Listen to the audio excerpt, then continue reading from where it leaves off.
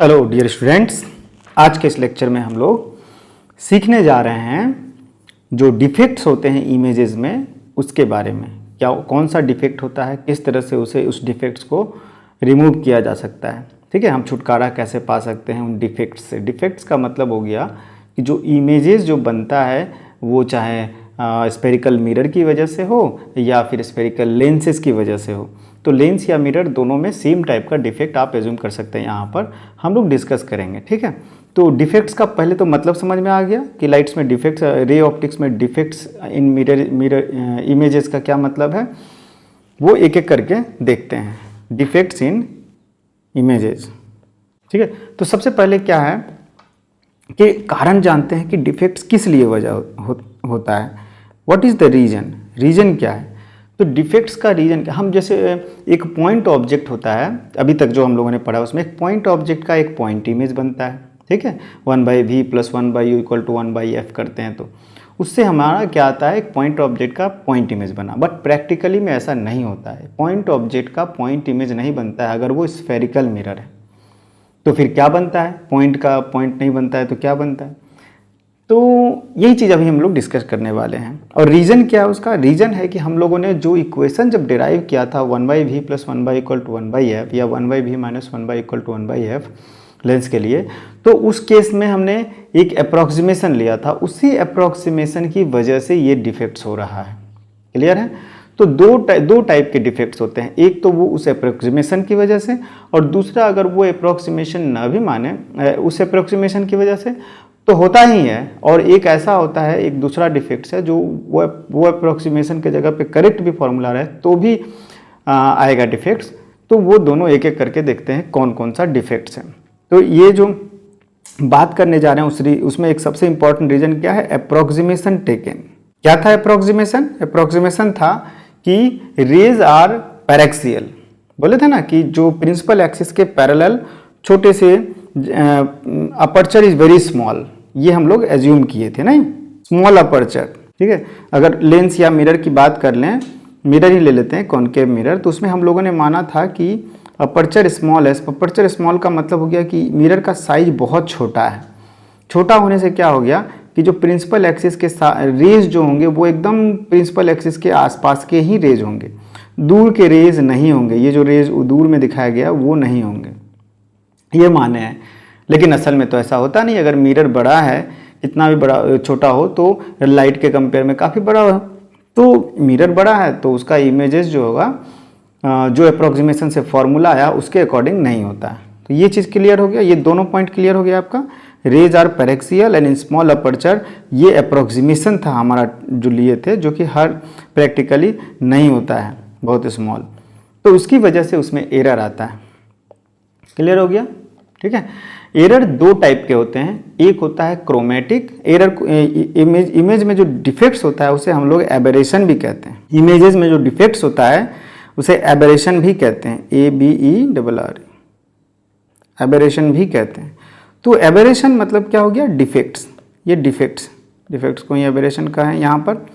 अब क्या है कि दो टाइप के एबेरेशंस होते हैं। एक होता है आपका क्रोमेटिक, ठीक है, क्रोमेटिक एबेरेशन, और दूसरा होता है मोनोक्रोमेटिक एबेरेशन। देखिए चीज़ को समझिए बढ़िया से। क्रोमेटिक का मतलब हो गया कि डिफरेंट कलर्स, क्रोमा मतलब कलर, ठीक है, क्रोमेटिक मतलब जहाँ भी ये क्रोमेटिक यहाँ पर आ गया शब्द, इसका मतलब कलर की बात कर रहे हैं। मोनोक्रोमेटिक मतलब कि सिंगल कलर भी अगर हो तो भी उसमें एबेरेशन आएगा। ठीक है, मोनोक्रोमेटिक एबेरेशन वो है जो कि सिंगल कलर ऑफ लाइट आपको पता है कि लाइट जो विजिबल रेंज ऑफ लाइट है उसमें बहुत सारे वेवलेंथ हैं, उसमें बहुत सारे कलर्स हैं। याद कीजिए विबग्योर जो स्पेक्ट्रम बनता है, तो बहुत सारे कलर्स हैं। तो सारे कलर्स का जो फोकल लेंथ होता है वो अलग अलग होता है। क्यों होता है, क्योंकि उनका रिफ्रैक्टिव इंडेक्स अलग होता है। जितने भी कलर्स हैं उनका रिफ्रैक्टिव इंडेक्स अलग होता है। तो रिफ्रैक्टिव इंडेक्स अलग होने की वजह से उनका क्या होता है कि डेविएशन अलग अलग होता है। ठीक है, तो डेविएशन अलग होता तो फोकल लेंथ अलग होता है। तो फोकल लेंथ जब एक कलर जो इमेज जो बनता है विजिबल रेज की वजह से, तो उसमें तो सारे कलर्स अलग अलग जगह पर फोकस करेगा, तो उसकी वजह से भी उसमें एबरेशन आएगा, डिफेक्ट्स आएगा। उसे हम लोग बोलेंगे मोनोक्रोमेटिक, उसे हम लोग बोलेंगे क्रोमेटिक एबरेशन, ठीक है। और मोनोक्रोमेटिक एबरेशन वो हो जाएगा जिसमें कि एक ही कलर है, एक ही कलर को एज्यूम कर लेते हैं थियोरेटिकली कि एक ही कलर है, फिर भी उसमें आएगा, ठीक है। मोनोक्रोमेटिक एबरेशन में स्फेरिकल एबरेशन जो होता है वो इम्पॉर्टेंट है। कौन सा? Spherical aberration. ये किस वजह से होता है? स्फेरिकल एबरेशन किस वजह से होता है? स्फेरिकल एबरेशन होता है इस वजह से कि ये जो हमने एज्यूम किया है कि पैरेक्सियल रेज है और स्मॉल अपर्चर है, इसकी वजह से ये स्फेरिकल एबरेशन क्रिएट होता है, ठीक है। तो इसको एक एक करके देखते हैं। स्फेरिकल एबरेशंस में मान लेते हैं कि ये जो है आपका एक मिरर है, ठीक है। अब इस मिरर में अगर स्फेरिकल एबरेशन हमें दिखाना है तो सपोज कीजिए ये प्रिंसिपल एक्सिस हमने दिखा दिया, ठीक है। अब लाइट, रेज ऑफ लाइट जो है, मान लीजिए ये पैरेलल रेज ऑफ लाइट आ रहा है, ऐसे आया और आने के बाद नज़दीक वाला रे जो है वो दूर से जाएगा थोड़ा सा ऐसे, ठीक है, ऐसे जा करके चला गया। इसी तरह से ये लाइट आया, सिमिलर अगर दिखाएंगे तो वो भी यहीं से चला जाएगा, ठीक है। तो ये तो फोकस पे मिल गया, रे आ रहा है फोकस पे मिल गया, इसमें कोई दिक्कत नहीं, यहाँ पर एफ फोकस बन गया। लेकिन एक दूसरा कोई रे ऑफ लाइट ले लीजिए जो कि दूर है, दूर है मतलब प्रिंसिपल एक्सिस से काफ़ी दूर है, तो क्या देखिएगा कि जो रे प्रिंसिपल एक्सिस से काफ़ी दूर है, ये मोनोक्रोमेटिक की बात कर रहे हैं, अलग अलग कलर नहीं है, तो ये जो रेज हैं ये जो दूर होते हैं वो ये स्फेरिकल सरफेस की वजह से यहाँ पर फोकस सेम जगह पे नहीं होता है, जहाँ फोकस हो रहा था नहीं होता, ये कहीं और फोकस होगा, यहाँ फोकस होगा। तो कहने का मतलब कि एक रे ऑफ लाइट कहीं और फोकस हुआ है, दूसरा जो कि दूर में जा रहा है, दूर से प्रिंसिपल एक्सिस से काफ़ी दूर जो लाइट है, ये दोनों लाइट, ये लाइट और ये लाइट, वो यहाँ फोकस कर रहा है प्रिंसिपल एक्सिस में, और जो नज़दीक है वो कहीं और फोकस कर रहा है यहाँ पर। तो इसका मतलब क्या हो गया कि अगर हम मान लें कि इतना मतलब बीम ऑफ लाइट इसके अंदर में है, इसके अंदर सारा लाइट आ रहा है, तो जो प्रिंसिपल एक्सिस के क्लोज है वो तो यहाँ फोकस करेगा, जो दूर है प्रिंसिपल एक्सिस से वो यहाँ फोकस करेगा। तो एक सिंगल फोकस तो हुआ नहीं, तो इसका मान लेते हैं एफ और इसको मान लेते हैं एफ डैश, ठीक है। तो सिचुएशन कुछ ऐसा हो गया। तो इसकी वजह से क्या होता है कि जो फोकल पॉइंट है वो चेंज हो गया है। तो पैरेलल बीम ऑफ लाइट जो आ रहा है वो एक जगह फोकस नहीं होकर के डिस्ट्रीब्यूटेड है। तो इसको अगर सही से डायग्राम में दिखाया जाए तो ये इस टाइप का डायग्राम दिखता है, ठीक है, इस टाइप का डायग्राम दिखता है। इस डायग्राम को देखिए क्या है कि ये जो रेज हैं जो दूर हैं प्रिंसिपल एक्सिस से, यहाँ पर प्रिंसिपल एक्सिस है, जो रेज दूर पर हैं वो कहाँ फोकस कर रहे हैं, देखिए यहाँ पर फोकस कर रहे हैं, कहीं यहाँ फोकस कर रहे हैं, कहीं जैसे जैसे रेज दूर होते जा रहा है वैसे ही फोकस क्या होता है, पोल के नज़दीक होते जा रहा है। और जो बिल्कुल क्लोज हैं उनका फोकल पॉइंट देखिएगा तो यहाँ पर है, ठीक है। तो फोकल पॉइंट यहाँ से लेकर के यहाँ तक चेंज हो रहा है, क्लियर है इसमें।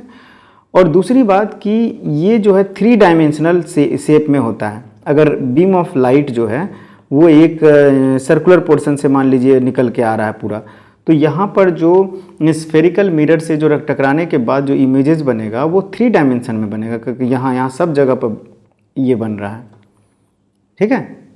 ये 3 डायमेंशनल है फिगर जो कि 2D में दिखाया गया है। तो अब क्या है कि ये कोन टाइप का दिख रहा है, देखिए कोन टाइप का। तो ये जो कर्व है, जैसे कि 3 डायमेंशनल को अगर बीचों बीच काट दिया जाए, जो कि ये प्लेन है, जो प्लेन में दिखा रहा हूँ प्लेन, ये प्लेन में जो डायग्राम बनेगा 2D उसे हम लोग कहेंगे एकॉस्टिक कर्व। क्या कहेंगे? इस कर्व को एकॉस्टिक कर्व कहेंगे। ये जो कर्व ड्रॉ हुआ है जहाँ पर इमेजेस बन रहे हैं, कौन सा कर्व? ये वाला जो कर्व बन रहा है 2D में, इसको हम लोग बोलेंगे एकॉस्टिक कर्व, क्योंकि बीच से प्लेन काटेंगे तो एकॉस्टिक कर्व कहलाएगा ये, ठीक है। तो एक चीज़ ये हो गया। और दूसरा क्या हो गया कि अगर सपोज कीजिए कि यहाँ पर एक स्क्रीन रखते हैं, तो स्क्रीन अगर यहाँ पर प्लेस करेंगे तो यहाँ पर जो इमेज बनेगा वो एक सर्कुलर शेप में बनेगा, जहाँ इस कर्व को जहाँ भी स्क्रीन कट कर रहा है वहाँ से लेकर के वो उसका रेडियस हो जाएगा, यहाँ से यहाँ तक रेडियस। तो ऐसा कुछ एक क्या बनेगा, सर्कल बनेगा। तो अगर स्क्रीन को यहाँ जितना दूर रखेंगे सर्कल उतना बड़ा होगा, जितना दूर मतलब जितना पोल के नज़दीक रखेंगे उतना बड़ा सर्कल होगा, पोल से दूर लेते जाएंगे तो ये छोटा होते जाएगा, छोटा होते जाएगा। तो स्क्रीन को आप यहाँ से हटा करके लेते जाइए तो ये सबसे बड़ा से लेकर के सबसे छोटा तक बनेगा। तो जहाँ पर सबसे छोटा रेडियस बनेगा ऑलमोस्ट पॉइंट, उसे हम लोग बोलेंगे सर्कल ऑफ लीस्ट कन्फ्यूजन। ठीक है, तो यहाँ पर बनेगा circle of least confusion, circle of least confusion. ठीक है, यहाँ कोई कन्फ्यूजन नहीं है, कन्फ्यूजन के बारे में बता दिए कि सर्कल ऑफ लीस्ट कन्फ्यूजन क्या होगा। एकॉस्टिक कर्व क्या होगा ये समझ में आ गया। ये वाला जो कर्व है ये 3D को जब काटेंगे बीचों से तो 2D जो मिलेगा वो एकॉस्टिक कर्व हो गया, और सर्कल ऑफ लीस्ट कन्फ्यूजन भी क्लियर हो गया। अब मेजरमेंट ऑफ एवरेशन क्या है, कितना ज़्यादा एवरेशन है कितना कम एवरेशन है ये कैसे पता चलेगा। तो ये जो है ये दोनों मतलब दो फोकस हो गया ना, एक फोकस एक सबसे दूर में जो रहे है उसकी वजह से और एक सबसे नज़दीक में उसकी वजह से। इन दोनों फोकस के बीच का जो डिस्टेंस है एफ और एफ डैश, इसे हम लोग बोलेंगे एवरेशन। तो measurement of aberration is F F dash, F F dash is equal to measure of aberration. जितना ज़्यादा होगा उतना ज़्यादा एवरेशन माना जाएगा। क्लियर है, और यहाँ कोई कन्फ्यूजन नहीं है जहाँ तक मुझे समझ में आ रहा है। ठीक है, आप लोग भी इसे बिल्कुल क्लियर कंसेप्ट कर लीजिए। तो ये हम लोग क्या पढ़ रहे हैं, स्फेरिकल एबरेशन पढ़ रहे हैं मोनोक्रोमेटिक के अंदर में। अभी हमने एक कलर ऑफ लाइट का डिस्कशन यहाँ पे नहीं किया है, हम मान लिए हैं कि एक ही कलर ऑफ लाइट। अब इसमें अगर दूसरा कलर ऑफ लाइट ले लेंगे तो ये एफ एफ डैश भी अलग अलग कलर के लिए अलग अलग हो जाएगा, तो बहुत ज़्यादा कन्फ्यूजन हो जाएगा, इसलिए सेपरेटली पढ़ेंगे। तो मोनोक्रोमेटिक में ये हमें समझ में आ गया क्या होता है। क्लियर है। अच्छा, इसको दूर कैसे किया जा सकता है, इसको दूर कैसे किया जा सकता है, कैसे दूर किया जा सकता है, व्हाट इज़ द रेमेडी, इसका रेमेडी क्या है। जैसे अभी हम मिरर की बात किए हैं, in case of mirror we can use parabolic mirror in place of spherical mirror. Parabolic mirror use करने पे फोकस जो होता है ना लगभग सिंगल पॉइंट पर होता है। ठीक है, तो एफ एफ डैश के बीच का डिस्टेंस कम हो जाएगा और यूं कहिए एफ एफ डैश को इंसाइड करके एक जगह पर आ जाएगा, तो पैराबोलिक मिरर यूज किया जाता है। क्लियर हो गया।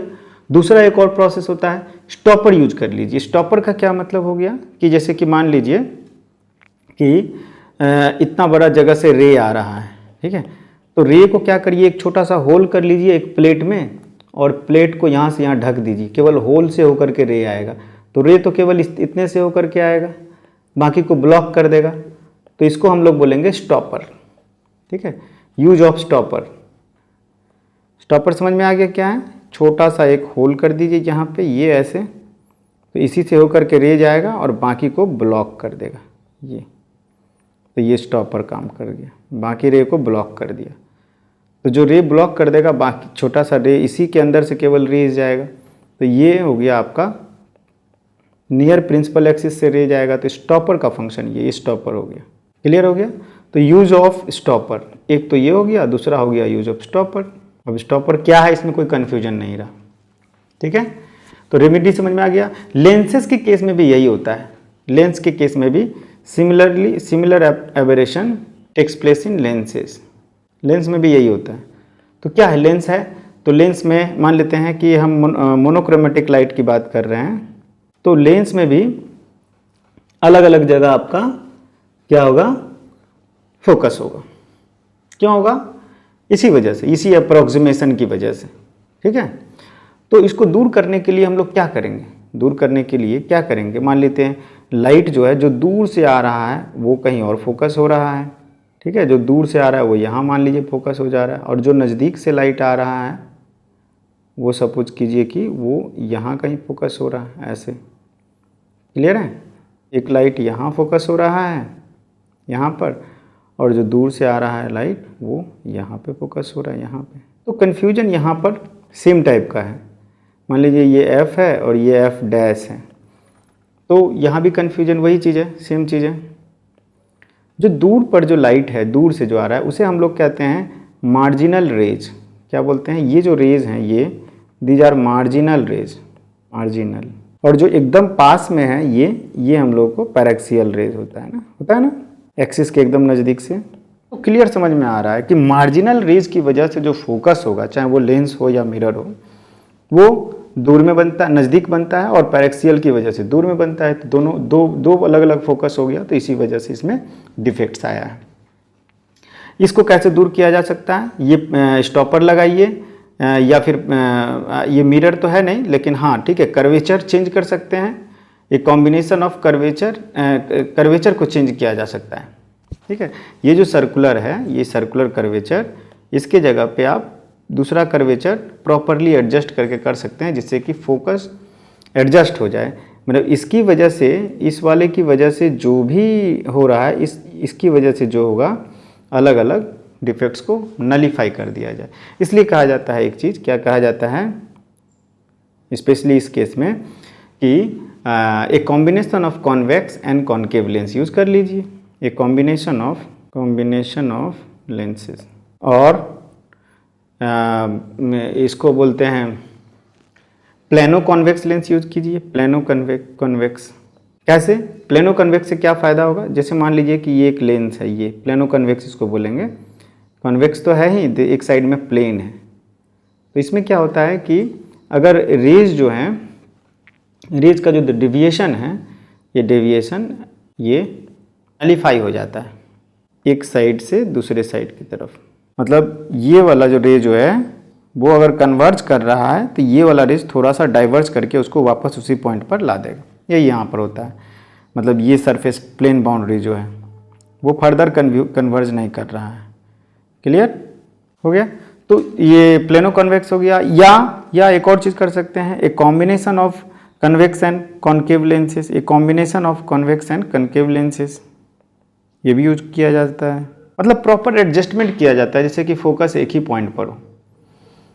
तो ये चीज़ क्लियर हो गया हम लोगों को कि मिरर या लेंस में जो डिफेक्ट्स होता है इमेजेस में, वो किस वजह से होता है और उसको किस तरह से दूर किया जा सकता है। ये दो चीज़ें इंपॉर्टेंट थी, तो हम लोगों ने इन दोनों चीज़ों को कर लिया। ठीक है, नेक्स्ट डिफेक्ट जो है वो है आपका कॉमा डिफेक्ट्स। ठीक है, पहला स्पेरिकल हो गया, उसके बाद कॉमा डिफेक्ट्स। कॉमा डिफेक्ट्स क्या होता है? कॉमा डिफेक्ट्स क्या होता है समझिए इसको, एक डायग्राम से ही हम समझा देंगे। कॉमा डिफेक्ट्स ये होता है कि मान लीजिए कि कोई पॉइंट ऑब्जेक्ट है और वो प्रिंसिपल एक्सिस पर नहीं होकर के प्रिंसिपल एक्सिस से ऊपर नीचे दाएं बाएं कहीं पर है। प्रिंसिपल एक्सिस पर नहीं है, उससे दूर है कुछ।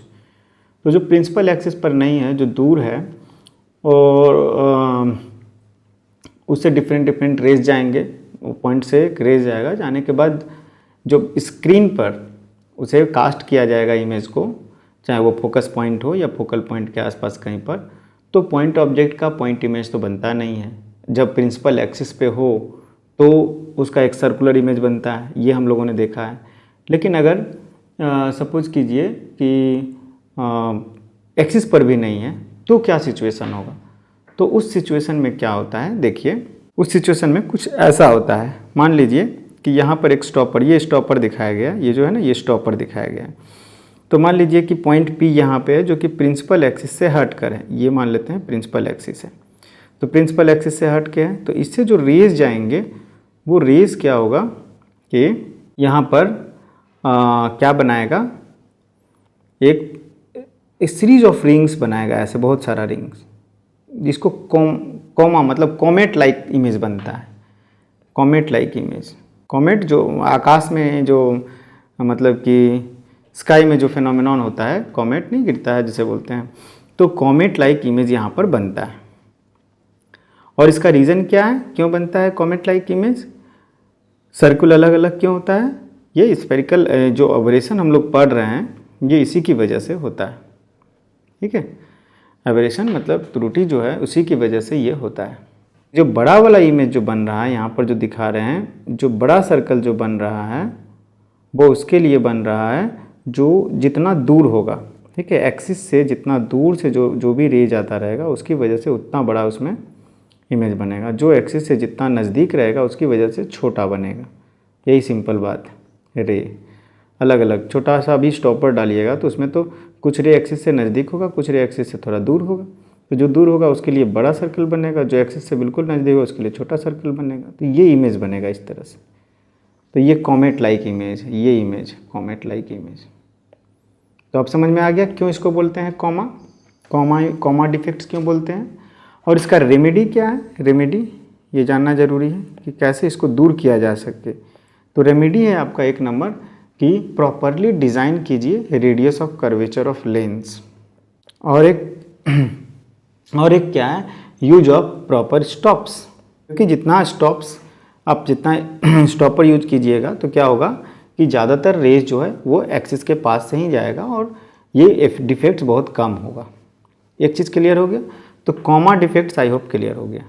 इसके बाद हम लोग आते हैं दूसरा डिफेक्ट जिसे हम लोग कहते हैं एस्टिग्मेटिज्म। ठीक है, एस्टिग्मेटिज्म क्या डिफेक्ट होता है, ये कौन सा डिफेक्ट है, क्या होता है?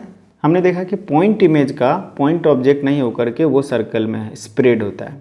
वो तो एक लोकेशन पर बताएं कि अगर एक लोकेशन पे स्क्रीन डाल दिए तो वो इस इमेज जो स्क्रीन पे स्प्रेड हो गया। ठीक है, स्पेरिकल डिफेक्ट्स में देखें। लेकिन अगर ऐसा है क्या कि उस स्क्रीन को उस पोजीशन से हमने देखा है ना कि फोकस पॉइंट अलग अलग है, इसका मतलब इस पॉइंट में एफ डैश के बीच में कहीं भी आप रखेंगे तो आपको इमेज बनेगा। तो अलोंग द एक्सिस इमेज का स्प्रेड हो रहा है। तो इस डिफेक्ट्स को along the axis spread of image जो है प्रिंसिपल एक्सिस के अलोंग, इसको हम लोग बोलते हैं एस्टिग्मेटिज्म। ठीक है, spread of image along the axis. Clear हो गया? Spread image along the axis, क्योंकि एक्सिस के ऊपर में तो एफ डैश है, अलग अलग फोकस हो रहा है। इसका मतलब स्क्रीन को अगर आप मूव करिएगा तो कहीं पर इमेज कुछ बनेगा, कहीं पर बड़ा बनेगा, कहीं पर छोटा बनेगा। इस तरह से इमेज जो है, लेकिन हर जगह स्क्रीन पर बनेगा। एक जगह बहुत शार्प बनेगा तो एक जगह ब्लर बनेगा। तो along the axis spread of image को हम लोग एस्टिग्मेटिज्म कहते हैं। ठीक है, फोर्थ क्या होता है, ये है आपका डिस्टॉर्शन। ये क्या है, डिस्टॉर्शन क्या है? ये एक्सटेंडेड ऑब्जेक्ट के केस में होता है। एक्सटेंडेड ऑब्जेक्ट के केस में क्या है, एक्सटेंडेड ऑब्जेक्ट के केस में क्या है कि मान लीजिए एक लाइन है, तो एक लाइन है तो आप सोचिएगा कि लाइन का इमेज स्ट्रेट लाइन ही बन जाए, तो ऐसा नहीं होता है। स्ट्रेट लाइन का इमेज स्ट्रेट लाइन नहीं होकर के कर्व हो जाता है। और ये किस लिए होता है? इसी सब डिफेक्ट्स की वजह से होता है। ठीक है, तो एक लाइन का इमेज लाइन नहीं होकर के कर्व हो जाता है, तो इस डिफेक्ट्स को हम लोग बोलते हैं डिस्टॉर्शन।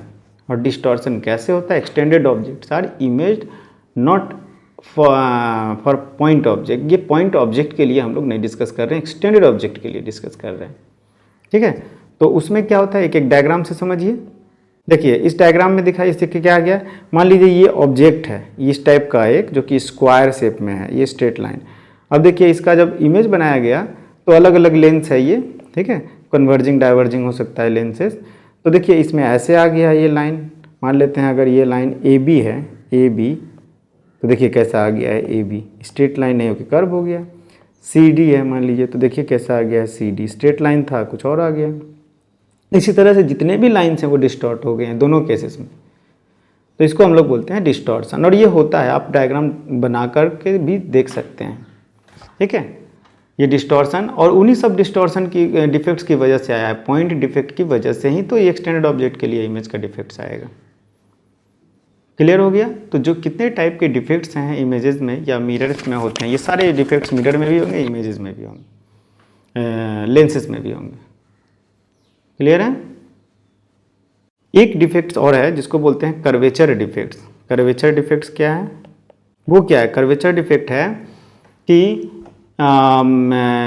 जो हम लोग एज्यूम करते हैं कि किसी भी एक्सटेंडेड ऑब्जेक्ट का इमेज जो है एक प्लेन स्क्रीन पर बनाने का, तो उस पर बेस्ट इमेज नहीं बनता है, क्योंकि इमेज तो स्प्रेड है, अलोंग द एक्सिस भी स्प्रेड है और परपेंडिकुलर टू एक्सिस भी स्प्रेड है। हम लोगों ने देखा है ये अभी अभी। तो इसका मतलब क्या है कि अगर इमेज को ठीक ठाक बनाना हो तो जहाँ जहाँ इमेज बन रहा है उसके अकॉर्डिंगली स्क्रीन को भी बेंड कर देना होगा। ठीक है, इसका मतलब प्लेन स्क्रीन की जगह अगर प्रॉपरली कर्व्ड स्क्रीन हो तो क्या हो जाएगा, इमेज अच्छा बनेगा। तो ये कर्वेचर इफेक्ट है। क्या हो गया कि instead of plane screen image should be formed at curved screen. ठीक है, तो ये चीज़ क्लियर हो गया। कर्वेचर के लिए बेस्ट इमेज किस पे बनेगा? Best image is formed on the curved screen. अब हम लोग क्रोमैटिक एबरेशन के बारे में बात करेंगे। दो टाइप के एबरेशन हम लोगों ने डिस्कस किया, मोनोक्रोमैटिक और क्रोमैटिक। तो सेकंड पार्ट है क्रोमैटिक एबरेशन। ये किस लिए होता है chromatic aberration? Due to visible light जो है ना, वो due to different colours of light. क्योंकि जो वाइट लाइट है उसमें तो डिफरेंट कलर्स है, विजिबल स्पेक्ट्रम को आप याद कीजिए, वॉयलेट, इंडिगो से लेकर के रेड तक होता है, ठीक है। तो डिफरेंट कलर्स ऑफ रेड होता है, एक्सट्रीम में इसका वॉयलेट है और रेड है। तो अगर मान लीजिए कि एक कोई लेंस ले लेते हैं, ठीक है, कॉन्वेक्स लेंस या कॉन्केव लेंस ले लेती हूँ। इस लेंस में अगर बात करें वाइट लाइट का, ठीक है, तो वाइट लाइट जो है वो इस तरह से आ रहा है मान लेते हैं, लेकिन ये वाइट लाइट जो आया है, ये वाइट लाइट जब डिविएट होगा, जब ये होगा रिफ्रैक्शन के बाद अलग अलग जाएगा, तो देखिएगा कि जो रेड लाइट है वो सबसे कम डेविएट होता है, ठीक है, वो उसका फोकल लेंथ यहाँ कहीं है।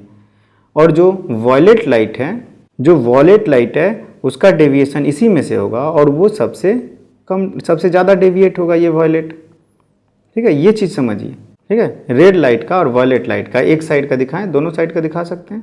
देखिए डिफरेंट कलर्स ऑफ लाइट का फोकल लेंथ अलग अलग हो गया। ये मान लेते हैं वॉयलेट का हो गया और ये आपका रेड का हो गया, एफ रेड। तो अब सवाल आ गया, ये फोकल पॉइंट है, दोनों का अलग अलग फोकस हो गया। तो आ तो रहा था वाइट लाइट, फिर हमने देखा कि जब ये रिफ्रैक्शन होकर के लेंस से होकर गुजरता है तो रेड लाइट दूर में जाके फोकस हो रहा है और वॉयलेट लाइट नज़दीक में फोकस हो जा रहा है, तो एक फोकल नहीं रहा। अब इसमें हम लोग जो मोनोक्रोमेटिक एब्रेशंस था उसको नेग्लेक्ट कर रहे हैं यहाँ पर। अगर वो वाला भी ले लेंगे तो फिर बहुत ज़्यादा कन्फ्यूजन हो जाएगा। एक बार में एक को डिस्कस कर रहे हैं। यहाँ पर मोनोक्रोमेटिक एब्रेशन जैसे कि स्पेरिकल एब्रेशन, कॉमा एब्रेशन, एस्टेग्मेटिज्म, उस सबको नेग्लेक्ट कर रहे हैं। यहाँ पर हम लोग केवल जो कलर में डिफरेंसेस की वजह से कलर डिफरेंट होगा तो उनका वेवलेंथ डिफरेंट होगा, वेवलेंथ डिफरेंट होगा तो रिफ्रैक्टिव इंडेक्स डिफरेंट होगा, रिफ्रैक्टिव इंडेक्स डिफरेंट होगा तो अलग अलग अमाउंट ऑफ डेविएशन होगा और इसलिए इसका फोकल लेंथ अलग होगा। सिंपल सी बात है। तो इसमें ये तो हो गया, मान लीजिए कि एक ऑब्जेक्ट इन्फिनिटी से आकर है, फोकस के लिए बताएं। अगर एक्सटेंडेड ऑब्जेक्ट्स हैं, मान लेते हैं कि एक्सटेंडेड ऑब्जेक्ट, ये एक्सटेंडेड ऑब्जेक्ट, ये लेंस हो गया और एक एक्सटेंडेड ऑब्जेक्ट के लिए हम बना रहे हैं इमेज, ठीक है। तो अब मान लीजिए एक्सटेंडेड ऑब्जेक्ट्स का एक इमेज बनाते हैं तो कैसा दिखता है, बनता है। देखिए एक्सटेंडेड ऑब्जेक्ट ले लिए, ये लेंस ले लिए, लेंस में सपोज कीजिए कि यहाँ पर एक ऑब्जेक्ट ले लिए, ठीक है। अब ये ऑब्जेक्ट जो है वो लाइट इसके एक्सट्रीम पॉइंट से दिखाना होता है, दिखा दिए एक पैरेलल लाइट, और ये पैरेलल लाइट जो है फोकस से जाएगा और एक लाइट दिखाएंगे जो सेंटर से जाएगा अनडेविएटेड, ठीक है। जो अनडेविएटेड जाएगा वो तो सिंगल लाइट है, उसमें कोई प्रॉब्लम नहीं है, वो डिफरेंट कलर्स का हो चाहे कुछ भी हो उसको हम लोग अनडेविएट, ठीक है। अब देखिए, अब आते हैं वॉयलेट लाइट पे। तो मान लेते हैं वॉयलेट लाइट नज़दीक से फोकस हो गया, ये यहाँ फोकस हो गया वॉयलेट लाइट, और रेड लाइट थोड़ा दूर में फोकस होगा। तो रेड लाइट अभी देखें दूर से फोकस होता है, तो रेड लाइट का फोकल पॉइंट कहीं और रख दिए, ठीक है। तो ध्यान से देखिए, ये फोकल पॉइंट वॉयलेट का हो गया और ये रेड का हो गया फोकल पॉइंट, ठीक है। तो इसकी वजह से इमेजेस अलग अलग जगह पे अलग अलग बना है, ठीक है। तो कहाँ कहाँ बन रहा है इमेज, देखिए ध्यान से देखिए। एक इमेज बना है यहाँ पर, ये वाला, और एक इमेज बना है वॉयलेट की वजह से यहाँ पर, ठीक है। तो PQ अगर मान लेते हैं ऑब्जेक्ट है तो P डैश ये वॉयलेट और Q डैश वॉयलेट, एक इमेज वॉयलेट की वजह से बना और रेड की वजह से जो बना है वो P रेड Q रेड बोल सकते हैं, ठीक है। अब दिखाई दे रहा है P रेड Q रेड। तो क्या हो रहा है यहाँ पे, अब एक ही इमेज, एक ही ऑब्जेक्ट का अलग अलग मैग्निफिकेशन आ रहा है, अलग रेड के लिए अलग है, वॉयलेट के लिए अलग है। साइज मैग्निफिकेशन मतलब कि उसका साइज, इमेज का साइज अलग अलग हो गया है ऑब्जेक्ट के लिए। तो ये किस लिए हो रहा है, क्रोमेटिक एब्रेशन की वजह से हो रहा है। आप ये कन्वेक्स लेंस में दिखाया गया, आप इसे कॉन्केव लेंस में भी सेम टाइप से दिखाइए करके थोड़ा सा कॉन्फिडेंस बढ़ेगा, ठीक है। तो इसमें क्या करने के क्रोमेटिक, ये तो हो ही रहा है। इसमें दो चीज़ें हैं, ये एक तो ये हो गया, इसमें दो चीज़ें हैं, क्या, एक को बोलते हैं एक्सियल क्रोमेटिक एब्रेशन और एक होता है lateral chromatic aberration. Axial chromatic aberration क्या होता है, एक्सियल, ये जो एक्सिस के अलॉन्ग जो स्प्रेड हो गया है डिस्टेंस, यहाँ से यहाँ तक के डिस्टेंस को हम लोग बोल लेते हैं एक्सियल क्रोमेटिक एब्रेशन। कोई दिक्कत नहीं है इसमें, ठीक है। मान लेते हैं ये डिस्टेंस अगर L है, ये वाला डिस्टेंस अगर L है, L1 ले लेते हैं, तो एक्सियल क्रोमेटिक एब्रेशन कितना हो गया, L1, और अगर लैटरल की बात करें, लैटरल क्रोमेटिक एबरेशन, तो मैग्निफिकेशन का जो डिफरेंस है वो हो जाएगा। मैग्निफिकेशन का डिफरेंस थोड़ा सा समझ में आए, मान लेते हैं यहाँ से यहाँ तक इन दोनों के बीच का जो डिफरेंसेस है, ये difference, suppose this is L2, तो ये L2 लेंथ जो हो गया वो measurement of lateral chromatic aberration हो गया। क्या हो गया? Measurement of lateral chromatic aberration. तो चीज़ें बिल्कुल क्लियर है कि एबरेशन हो रहा है, डिफेक्ट्स हो रहा है, और उन डिफेक्ट्स को हम लोग थोड़ा बहुत मेज़र भी कर पा रहे हैं। कितना स्प्रेड हुआ, जितना ज़्यादा स्प्रेड हुआ उतना ज़्यादा डिफेक्ट्स माना जाएगा। क्लियर है? तो दो इमेजेस बन रहे हैं मैग्निफिकेशन में, दोनों इमेजेस के बीच का डिफरेंस ही तो बताएगा कि कितना ज़्यादा डिफेक्ट्स आ गया। होना तो एक ही इमेज चाहिए था, तो जो डिफरेंस है वो उसका डिफेक्ट्स हो गया। क्लियर है? तो सारे एबरेशंस के बारे में हम लोगों ने सीख लिया। ओके।